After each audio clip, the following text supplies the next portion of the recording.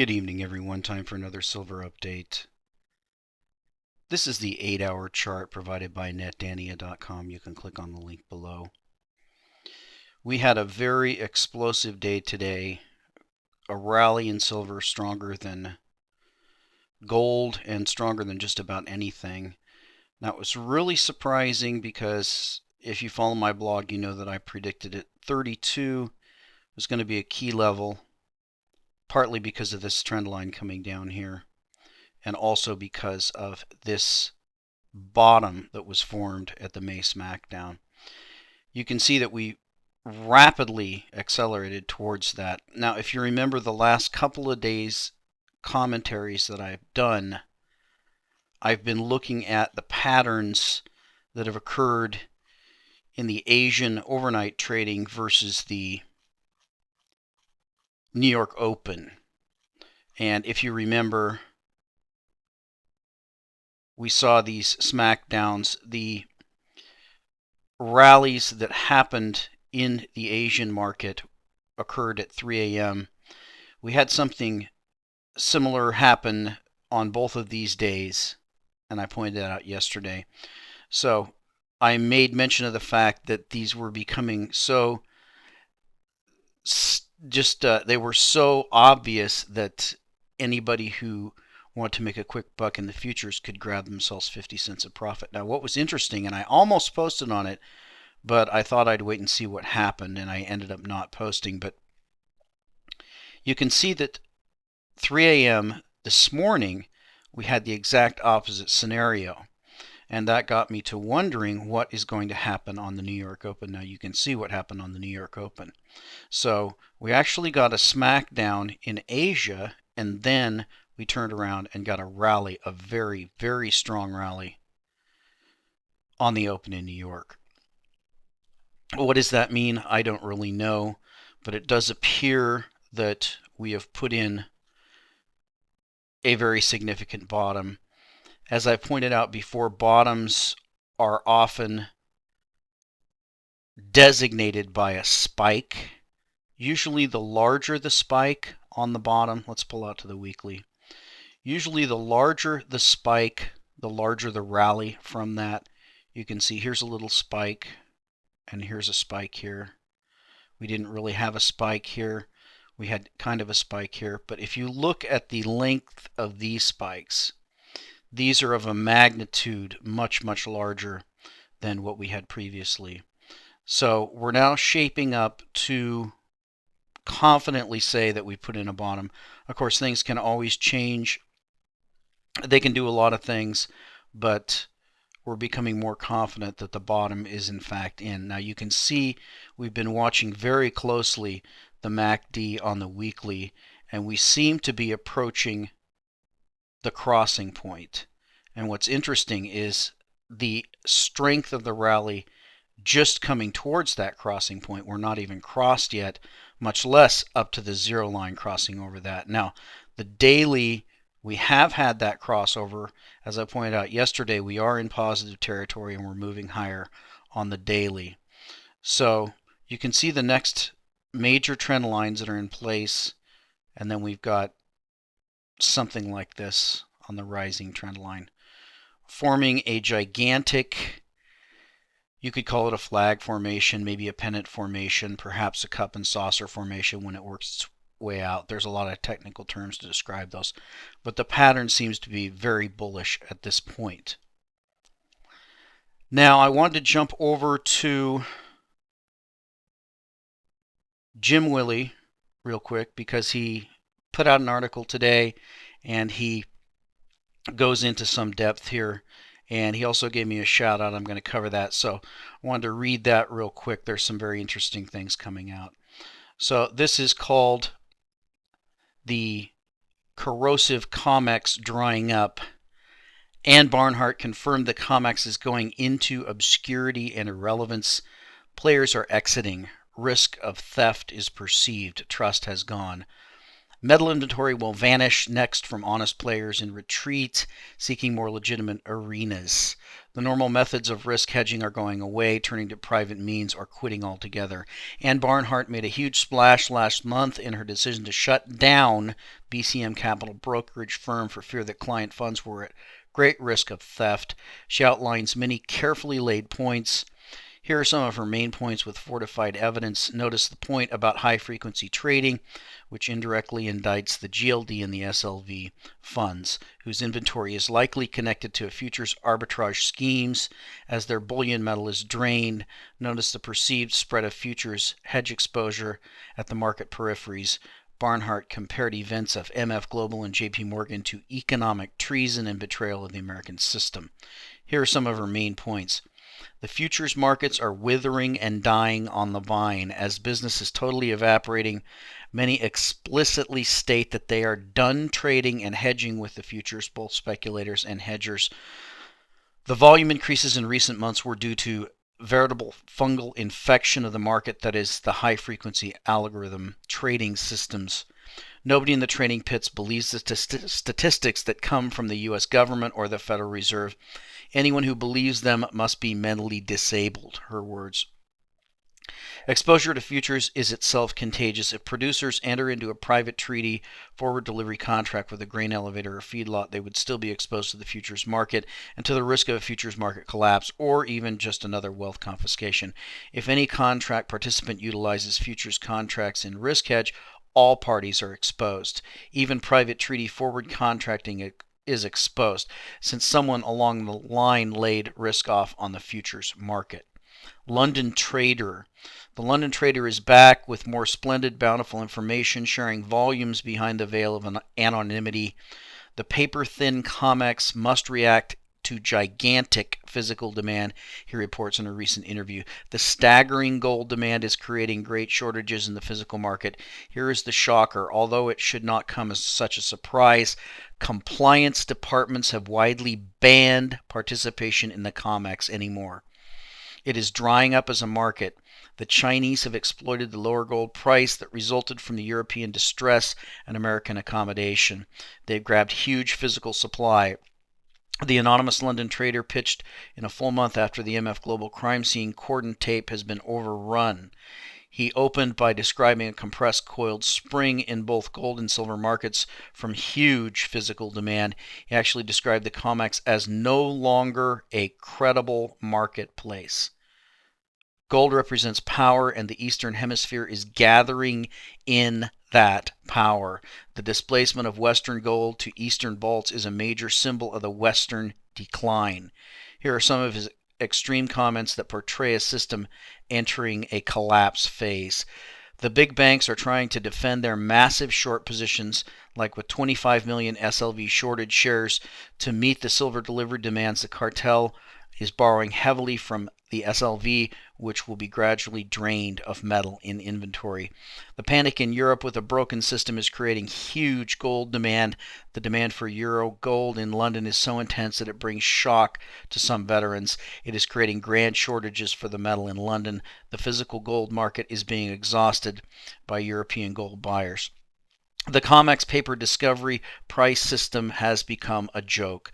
No serious players interested in taking physical delivery use the Comex anymore. Since the CME did not backstop the MF Global clients, the entire complex departments are prohibiting the usage of the Comex. International funds and hedge funds starting in January, later this month I assume, will go elsewhere and thus avoid the Comex. Expect a powerful move once gold rises above the 1650 level as shorts cover in open fear. Above that point, look for a very large tranche of unfilled wholesale orders to push the price a lot higher with their bids. The Chinese are gold buyers at all these prices, 1600, 1700, 1800. They are buyers, never sellers, and public stories pure nonsense about their retreat. The Chinese have recently taken another roughly 150 tons away from the Western central banks. The Western central banks essentially donated that gold in an attempt to prop up their paper currencies. They have exploited the recent pushdown in gold price. The Chinese are using the gold accumulation as an indirect maneuver to introduce the yuan renminbi to center stage. Indictment of SLV I Trust Silver Fund. The SLV Exchange Traded Fund is drained of silver bars from the back door.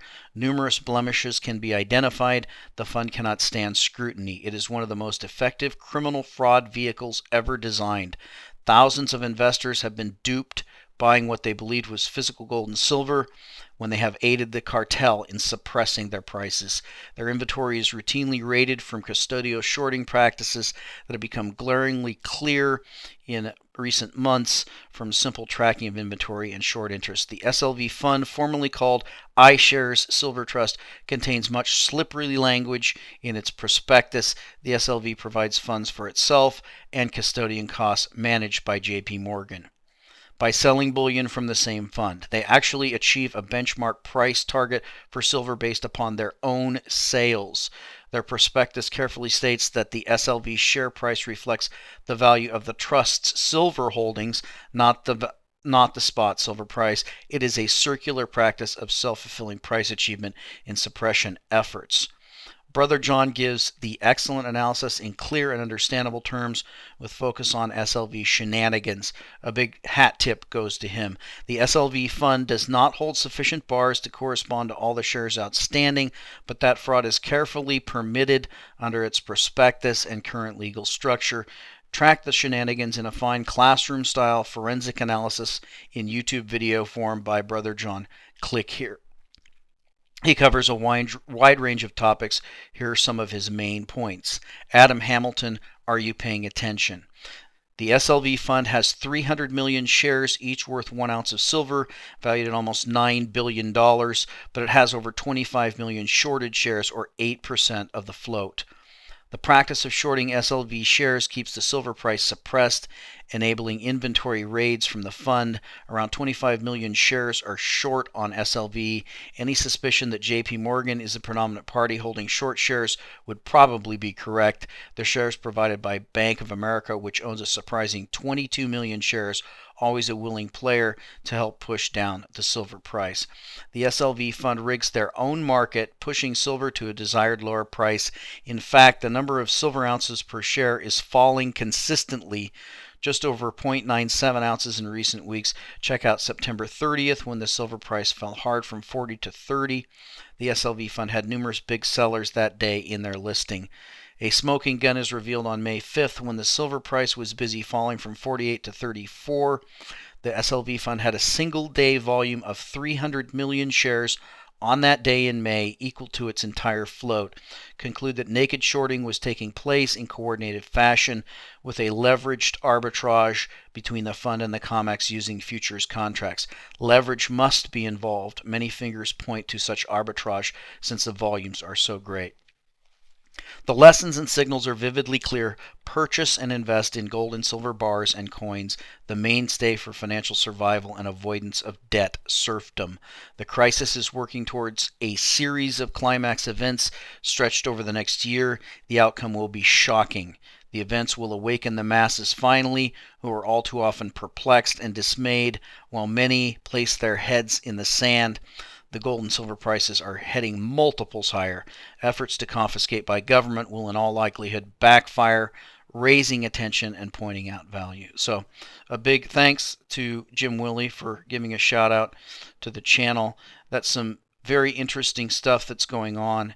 It appears that the Comex, if you remember the FOFOA series where he pointed out that at that point in time, only 5% of world physical silver was delivered on the Comex anyway. So even within the last few years, the Comex had already started to become irrelevant as the manufacturers began to source their silver from the mines, bypassing the Comex. So that's a big story, and the biggest story of all is the rise in the silver price. It looks like the bottom is in, and it's up from here.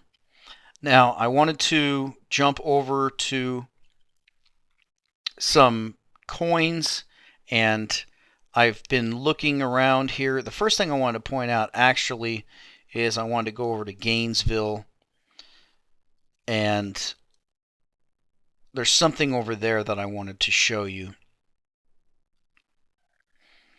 Now, as you know, I'm always looking for deals on especially numismatic coins, coins that have both a numismatic potential and can serve as bullion. So, been watching the foreign countries very closely, specifically Australia, because I like the fact that their coins are so well made. I also like the fact that their silver all comes in individual plastic capsules and they're protected from any scratches. So you don't have the same issues that you have.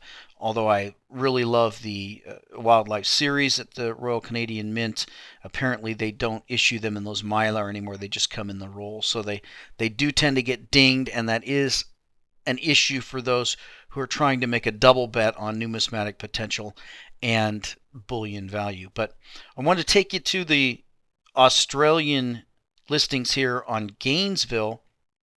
So we've just selected 1 ounce Australian silver, and we want to put these by price, and then we just want to get all the results. Now you can see that the koalas for this year are already out of stock, and honestly I never saw them in stock. The next lowest price that you have for any Australian silver is this Kookaburra, the 2012 Kookaburra, and it's $40. So we're now looking at 9 or so above spot, and the next coin is 46. So you can see it's really tight. Then we just get into collector coins. There's really, at Gainesville right now, there's virtually nothing available. Here you can get a dragon here. For this year, it's going to cost you $100. You can get last year's tiger, it's going to cost you $100.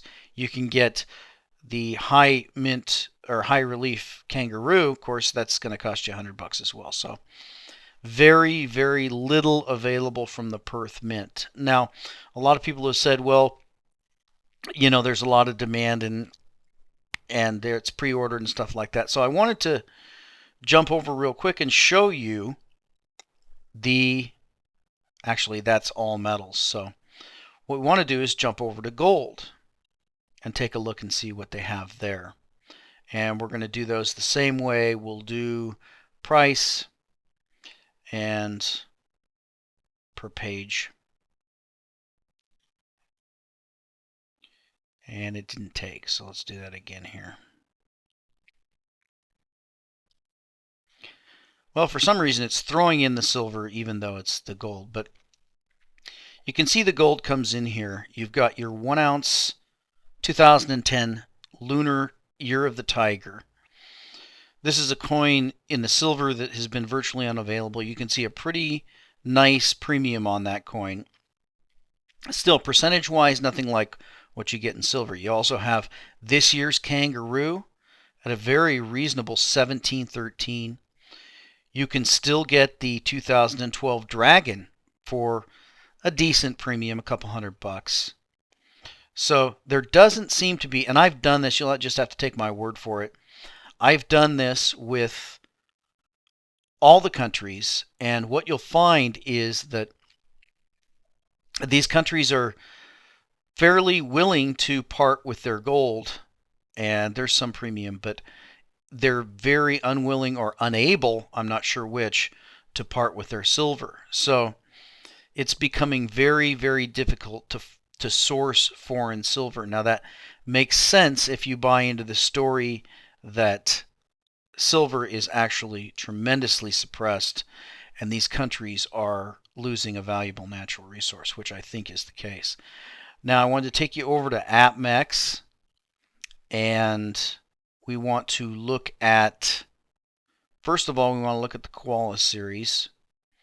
And you know that Gainesville was out. I checked Provident. I've checked some of the others. Many of them are out. The 2012 Koala is here, and you're going to pay a premium. You're paying about $7 premium. That's pretty steep. You can see they're buying them back for $35. Now, for those of you who are gamblers, because I don't usually go for steep premiums over spot, but this coin here, the 2012 1/2 ounce, I think probably is going to be a pretty good play for somebody who wants to gamble. There's only 363 of those left. Let's see how many of these 1 ounces are left.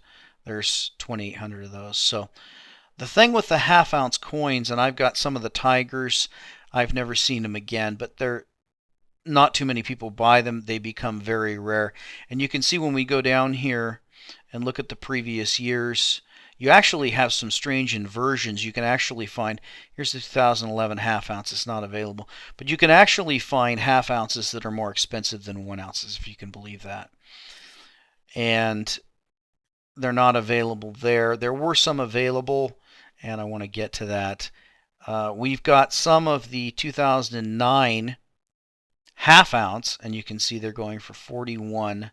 They're not buying them back, but they have exactly one of those. And they actually have some of the 2008 1/2 ounce. 2008 was the second year of the Koala series, and it was a very low mintage year. Not as low as 2007, but still very low. You can see they have the 2008 1/2 ounce, and they've only got 2 of those. So those become very rare. And even though I think paying what amounts to a premium of, this is going to come to $42 an ounce. So you're talking more than a $10 premium.